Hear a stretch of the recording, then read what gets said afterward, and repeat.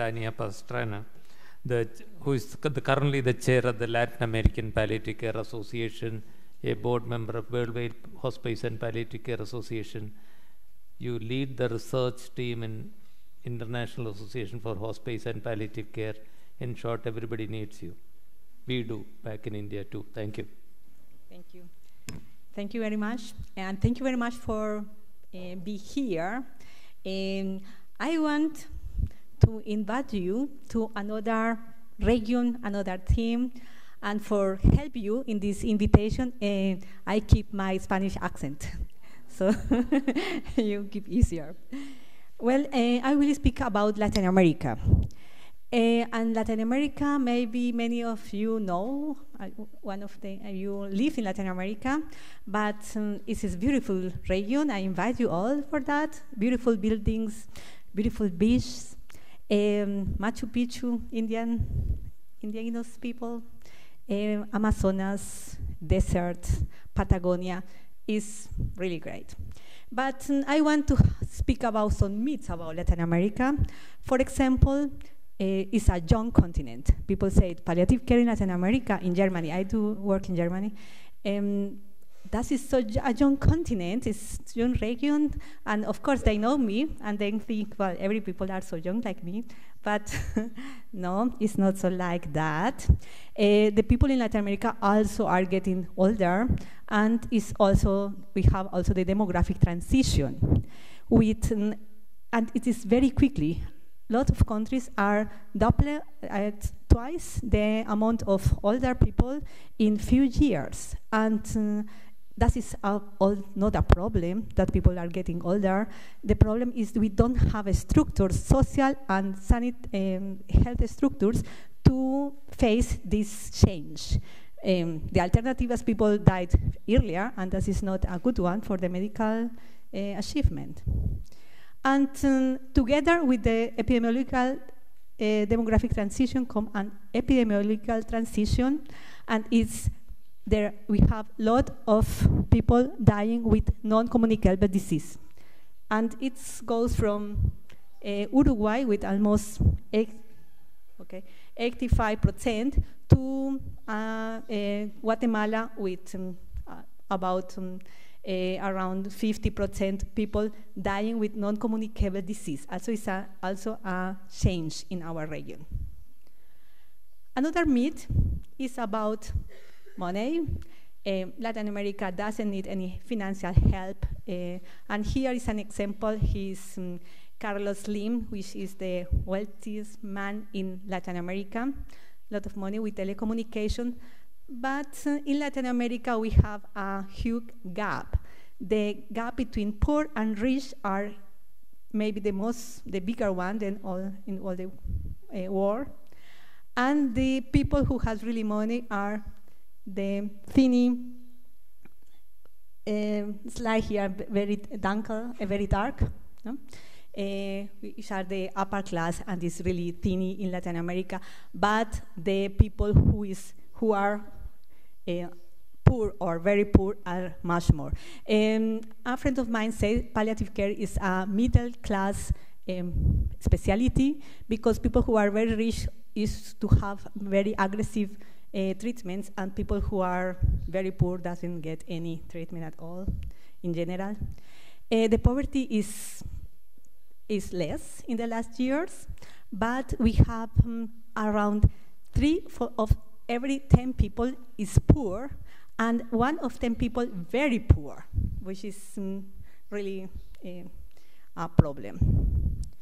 And we can have this kind of scenarios also. That is an example of Colombia. As I said, my sister, I will speak about that. She sent me this picture. And most of the people who are very poor are in the rural area. That is called the ruralization of the poverty. And in the dark blue, we have the poverty in the rural area. That is in the urban, and that is the very poor in yellow, and in clear, in pale blue, the very poor in the urban areas. Also, people are much poor in the rural. And there is the concept of medical poverty trap, And it is about the relationship, or the negative relationship between the poverty and the illness and the disease. And maybe for some of you it's very familiar, but I will speak about Latin America. The people in the poverty have less access to had less healthy social conditions, but also less access to prevention, diagnosis, and treatment, less access to social support, and less access to specialist and specialized service, which make them much ill. There is a study in France about the difference in the life expectation of rich people and poor people, and it's huge. We know that also about the USA. This was a study in the last years, but unfortunately there is not studies in Latin America about it. But the circle goes also in the other direction, making so a reinforcement of this situation. And we have people who are sick or live with non-communicable disease. They have to spend more money for health situations, and it's not just because they don't have always on the medication and the service provision, but also the transport to the medical doctor, the aggressive medication that they sometimes buy because they have no other chance. The money gets to the service provision, to the health provision, and there are less money for food, for education, and this makes that people in the household are have a bad nutritional state, making them more ill. Yeah? There are less opportunities for work because people have to stay with the family member to take care of them, and children less the school too for taking care for the family. And it makes that as people who actually are active members in the household, they left this possibility. And it increased the inequality and the risk to be poor in long term because they don't work, they don't have school. And it makes this, in German there is a term, the Teufelkreis, also the evil circle between the poorness and the illness. Another myth in Latin America is the familism. Here is my family. All around my old, now it's 1 year ago she died, old grandmother in the middle, and the whole family around because it was a normal situation at home to be all around her and to take care. He was with dementia and a lot of other diseases, over 90 years old. But unfortunately, it's not always like that. That is the front of the house. A group of colleagues from Peru, they told me the most difficult issue in our domiciliary care provision was to care people who are alone. All people are alone at home. No, they give the medication for them, and it was nobody to give the medicines to the people there, to the ill people.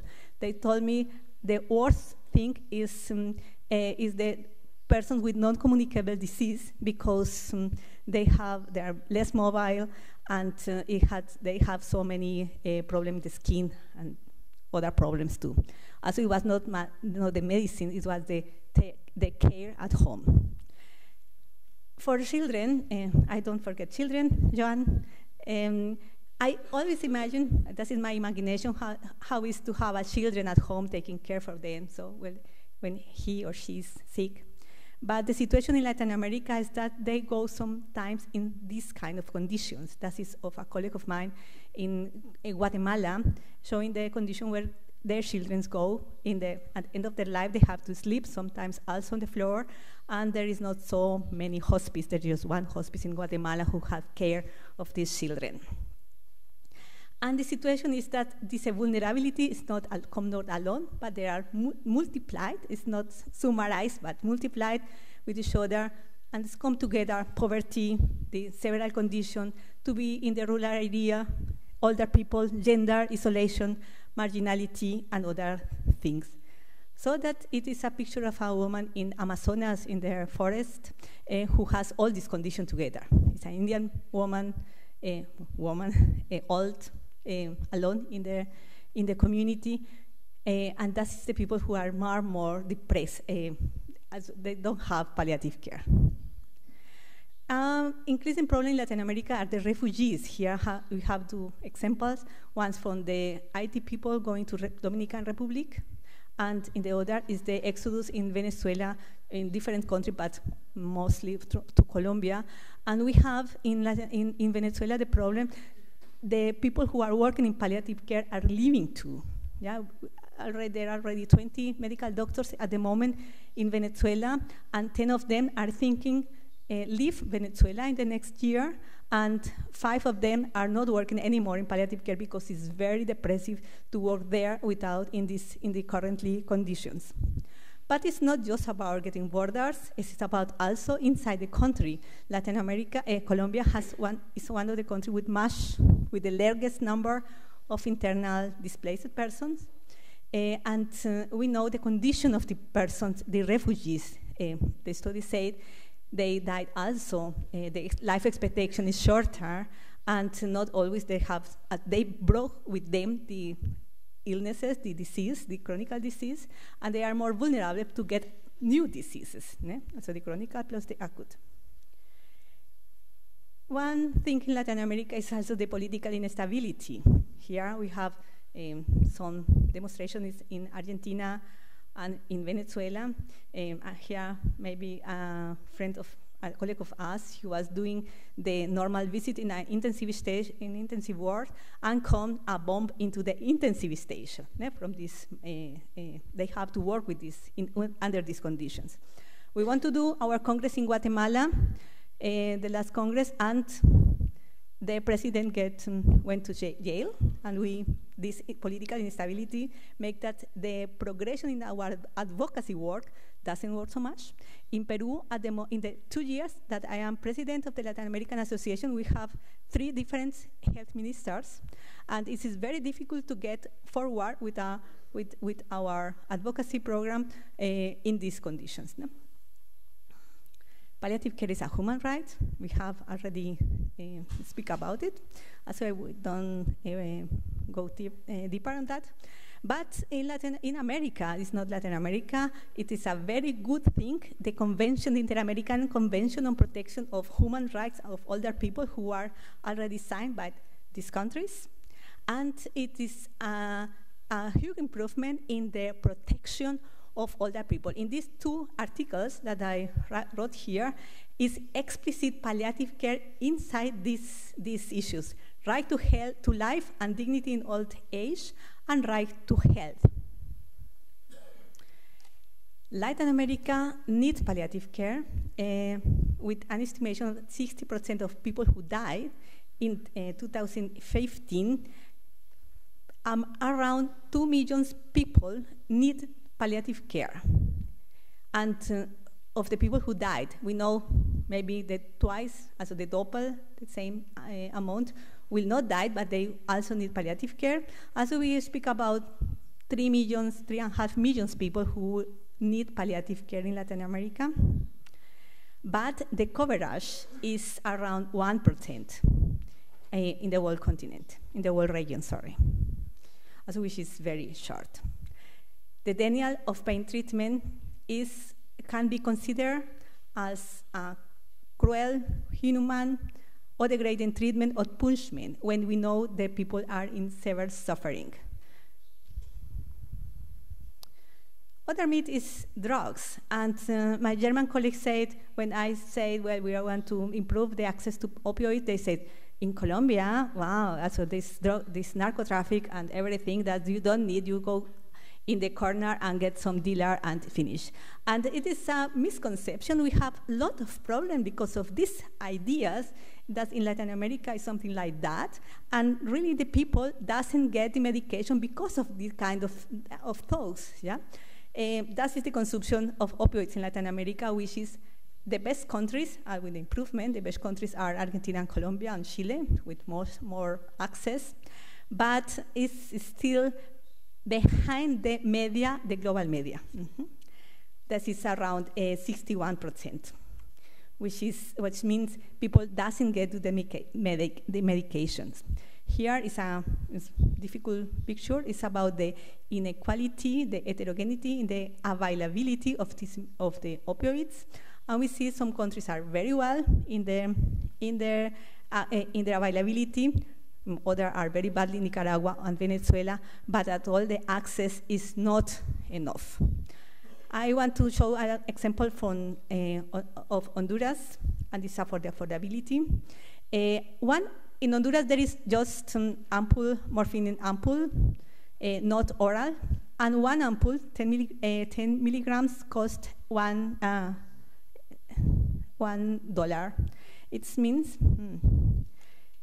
It means for 30 days treatment, they need, sorry, it cost $10. 10 days treatment costs around $900. One month treatment for 100 milligrams, for 30 milligrams. And the minimal wage is $355. That is the situation in Honduras. Other medication like morphine, like oxycodone, cost the people who should work 6 days to pay for 1 month treatment with oxycodone and fentanyl 1 month. We assume people have a minimal a job and a minimal wage, which is not always the case. But what means that in the practice? That is the picture of a friend of us. And we were in a workshop, and he got a message from the brother of this woman. He said, "Oh, my sister is bleeding and has now pain." And he was treated with tramadol. My colleague said, "Yeah, maybe it's now the time to get some morphine." And he said, "Well, I will buy it, and I will lend some money for getting ample morphine for this woman who was in pain." We know it will work for 4 hours or maybe 6 hours if she has low metabolic rate. And he has to ask for some money to get 1 ampoule of morphine. So we can assume the management was not so good, the pain management. However, this is with the loveness of these colleagues. He wrote, "Well, Dr. Tulio, good afternoon today. I'm not writing this time to ask you for help, but to thank you with all my heart. My sister died on Sunday. I don't want to say, to idealize puberty and everything can be done without medication. That is not. I just want to say how hard work our colleagues in Latin America without medication, and however, under this condition, they are able to give a good palliative care, but it goes behind the morphine application and the medication." You can read the rest. Well, the affordability of strong opioids are very limited. Here we see Panama. People have to work more than 1 month, 1.5 months to get some 30 days treatment. In the LCP, we have an index, and we compare the development of different countries having these pictures, and I compare it with the income groups. And we got that in the first group are the high income countries, which has a better development, and the low income countries in Latin America have a less development. But we can see Dominican Republic, which is middle income country, and have a so bad development like in low income countries. And we have Costa Rica, which is a country, also middle income country, but had a better development as even the high income countries. Also, it's not always depending of the income of the countries. Well, we have to break these barriers. We have to work to break this circle, I wrote perverse circle, but I was corrected to negative relationship between the poverty and the disease for the development of palliative care. Palliative care is definitively a part of the right to health, and Latin America still has an insufficient palliative care coverage, and we need also the international support for develop and to give care to our patients. Thank you very much.